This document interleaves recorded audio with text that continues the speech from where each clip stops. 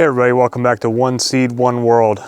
So today I wanted to give you an update on the bees and the beehives that we got last spring. Last year was our first year being bee owners or beekeepers, and the hive started off really well. It actually started off growing really strong. If you saw any of the original videos, by the first month or so that we had bees, we had a swarm. Like, it grew really big, it swarmed, and then we had a second swarm. We ended up starting a second hive, and this hive was really strong. The bad news is they didn't make it over the winter, which this hive really surprised me initially until I figured out what was going on. But it surprised me they didn't make it because this was a strong hive. They were doing well, and also, like this particular lay-ins hive that we got, these horizontal hives, this particular one that I got is already insulated, so I knew that they'd probably be good for winter time, for the cold and whatnot. So I wasn't worried about like adding additional insulation and you know, anything else that you might need to do for winter time, other than make sure they had enough food to keep them going over the winter. And they had a bunch of honey in here that they had built up over the year. We did not harvest any honey because I wanted to keep them fed for the year. And then additionally, on top of that, I put in some pollen cakes, which you know, has got pollen, vitamins, and different things in it. But the one thing that I did not really account for properly was varroa mites.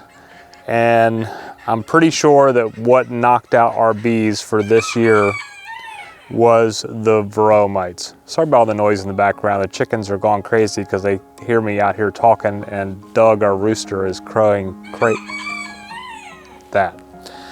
Anyway, I think we got infested with varroa mites, which I did treat for, but I think I waited too long to treat, and by that point they had done enough damage to the hive to weaken the hive, so they did not make it past probably the end of December. Now, varroa mites are a kind of like a parasitic type of insect.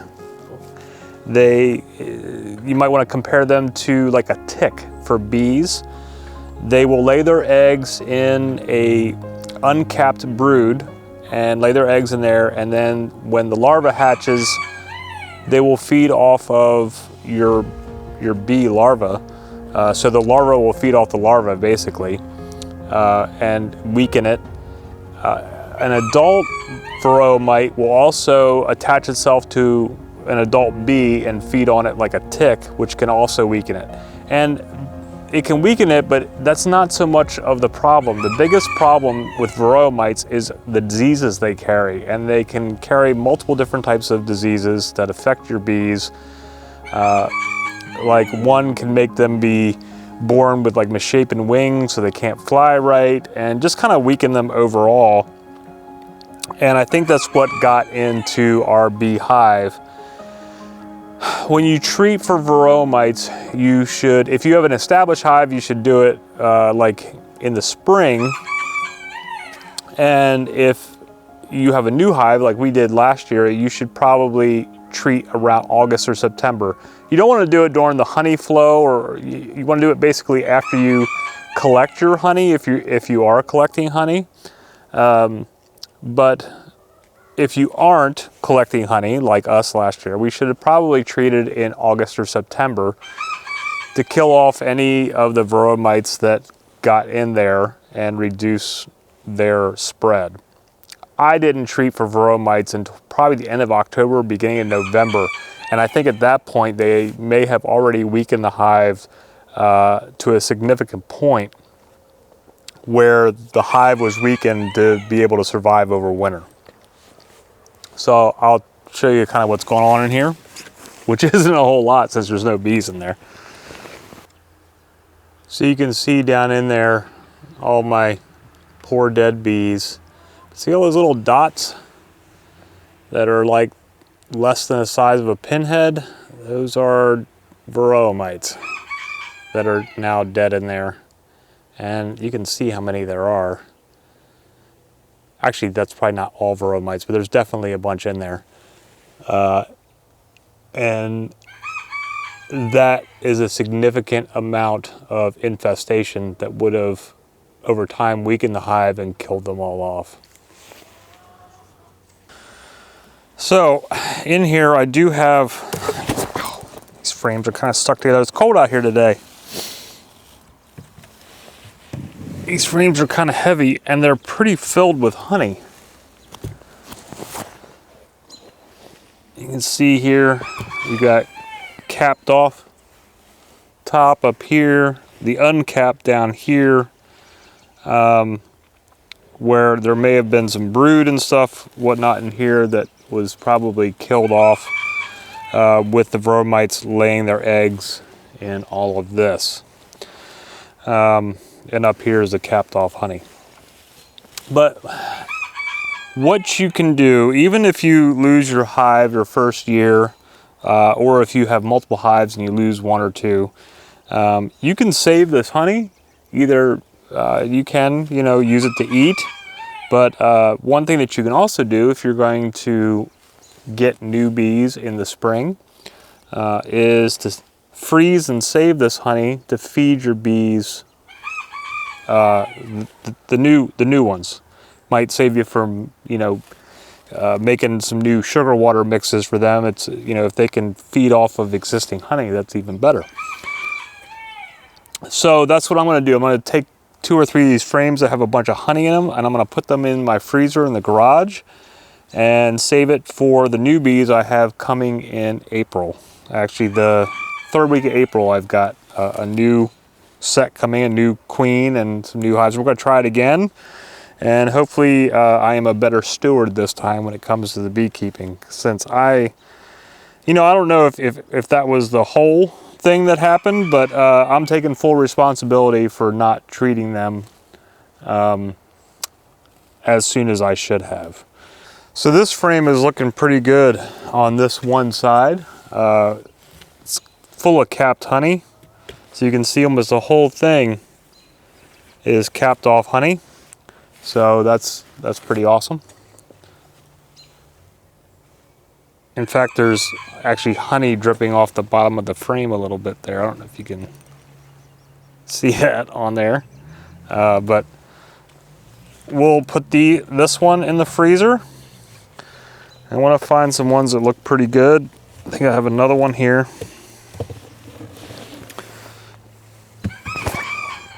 There's another one. See how this is coming up on the camera here. On both sides, capped off honey. And with the Layens hives, this is what they kind of do. The front side where the entrance is kind of where they start building their brood, and then as you go further back, there is where they store the honey. And so these frames that are more towards the back are much more full. And so I'm going to take, that one's not so great. That one's kind of a mess. This one is maybe only about 1/3 of the way full. A little bit on the back. But we'll use those 3 to store up for the newbies that are coming in. And by putting them in the freezer too, if there's any other issues, like I'm pretty sure that any varroa mite that may have been left in there would probably died off over winter because there wasn't anything for them to feed on, plus the cold weather. But by putting them in the freezer, that will ensure that any other type of issue you might have will be killed off. And so we'll put these in the freezer and freeze them in for the next month. And then when the new bees come, we'll get these out, get them thawed out, and then the new bees will have some local existing honey to feed on until the pollen flow really starts to get going in the spring. Okay, so I got those 3 frames into the freezer in the garage. It took me a little while because, I mean, you see these frames, I'm gonna show you this. This is a goofy looking frame here. The build they had gone on with it. All that extra comb and stuff they had built out on there. But these combs are like twice the size of, in lengthwise of your like standard vertical hive. And so trying to fit these in the freezer, our freezers are pretty packed. So I had to rearrange a bunch of stuff to try to get them to fit. And finally I had to actually take the shelf off the door in the freezer so that the freezer door would close properly to get the frame in there because of the way these edges stick out here. But I finally did get the 3 in, but in the process, they were pretty heavy with honey. So when I was lifting it up, I grabbed it wrong. My fingers went through the comb. I had honey dripping out. I'm like eating some of it off of my fingers. I had it dripping down in the freezer. It was a big mess. Anyway, so I got that all, finally done and cleaned up, got my hands washed off. And now I've got all these extra frames with comb and stuff on them, which right now I'm not going to do much of anything with. I got to come back and clean this whole thing out, clean the dead bees out. A lot of this bee comb and the wax and whatnot, we can probably use for some other things once we get it all cleaned out. I currently don't have a honey extractor, the centrifugal force kind, because these lay-ins hives, because the frames are so much larger, they don't fit in the standard kind that you buy. You have to buy one that's specific to these size to fit them out. So I don't know if I'll extract any honey for us. There's still some in here, but it's not a ton. A lot of these have a small amount of capped honey on each frame at the top, maybe the top third. So we could probably still extract some honey out of here, which I still may do. And I know some of you experienced beekeepers, if you're watching this, are probably shaking your head and being like, dude, you have no idea what you're doing. And you're right.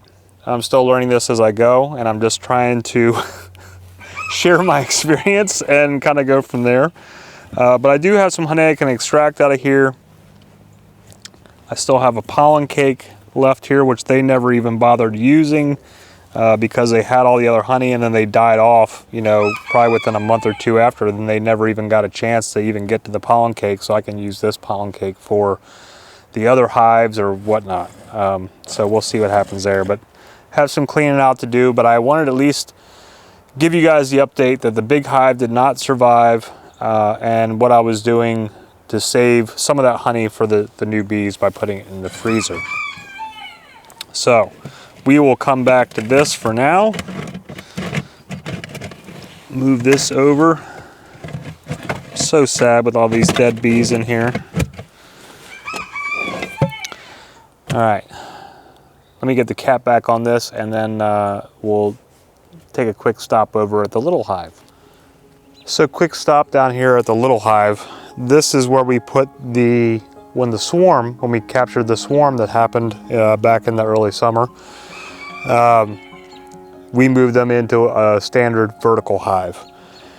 As of just a couple weeks ago, when we had some warm days outside, there was still activity in here, bees flying in and out. They did have some honey that they had built up over the year, plus I put a pollen cake in here, and I put the varroa mite treatments in here as well. And then because this hive is not insulated, I did strap all of this insulation around it for the winter, which is why it looks kind of goofy and not looking like your standard hive. But these bees were still active and living as of a couple weeks ago. Now it's been very cold out the last week and a half, so I haven't done anything out here with them, and there's no activity today because it's, only like, I don't know, 38 degrees out here right now. So they're probably, if everything's still going okay, they should all be inside. And I'm not going to disturb them today. I just kind of wanted to stop by and show you this hive, how I had it strapped up for winter, and to let you know that as far as I know, we still have an active going hive in here that seemed to survive the winter and any varroa mite infestations. Okay, so that is the bee update for today as of, what's today, March the 12th. We have the new bees that are coming the 3rd week in April to redo the hive and the clean out that I still have to do. We'll see what happens with the little hive here, the leftover from the swarm. And we'll see what happens. We did have, though, like back in the fall, we did have an active queen in here from that swarm and a small hive that was slowly growing. So they were much smaller than the big hive, but we'll see how they did. This is all a learning experience, and hopefully they still maintain themselves and come through okay into the spring. And you know, I'll continue to give them pollen cakes and sugar water until the pollen flow starts going, as long as they're still doing okay. And then we'll get that new hive going, and I'll do better next year at treating for varroa mites earlier than I did this past year. So if you are a beekeeper that has more experience than me, which is very easy, if you had bees more than 1 year, then you've got way more experience than I do. You want to put some comments down below in what you've dealt with over the years, if you've lost beehives, how you dealt with varroa mites and any other issues you ran into the bees, and you know, how kind of the ways that you brought them through. Any comments, suggestions, whatever, I always appreciate. And I know that as a beekeeper, from what I understand, like new beekeepers, losing a hive is not an uncommon thing. My sister and brother-in-law, who live up the street from me, they've got several hives, but they have lost a couple hives over the years for varroa mites and other like weather issues and stuff like that have come up. They have active hives now, but I think they have several, but I think they lost 1 or 2 this past year.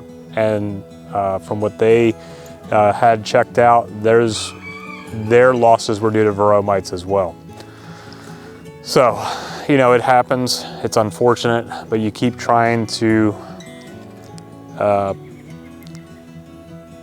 learn and get them going and keep your hive strong when you can and provide them the best way that you know how. And that's what I'm doing, although this year I didn't do so well. So whatever's going on in your neck of the woods, I hope it's working out fantastic for you. Spring is on the way. You know, we're halfway through March, and pretty soon it's going to be planting season, bee season, all the stuff that goes on in the springtime. So I hope it's working out great for you and you're having a great day. Thanks for stopping by and hanging out with me again today and checking out another video. We will see you again soon. Have a great day. Namaste.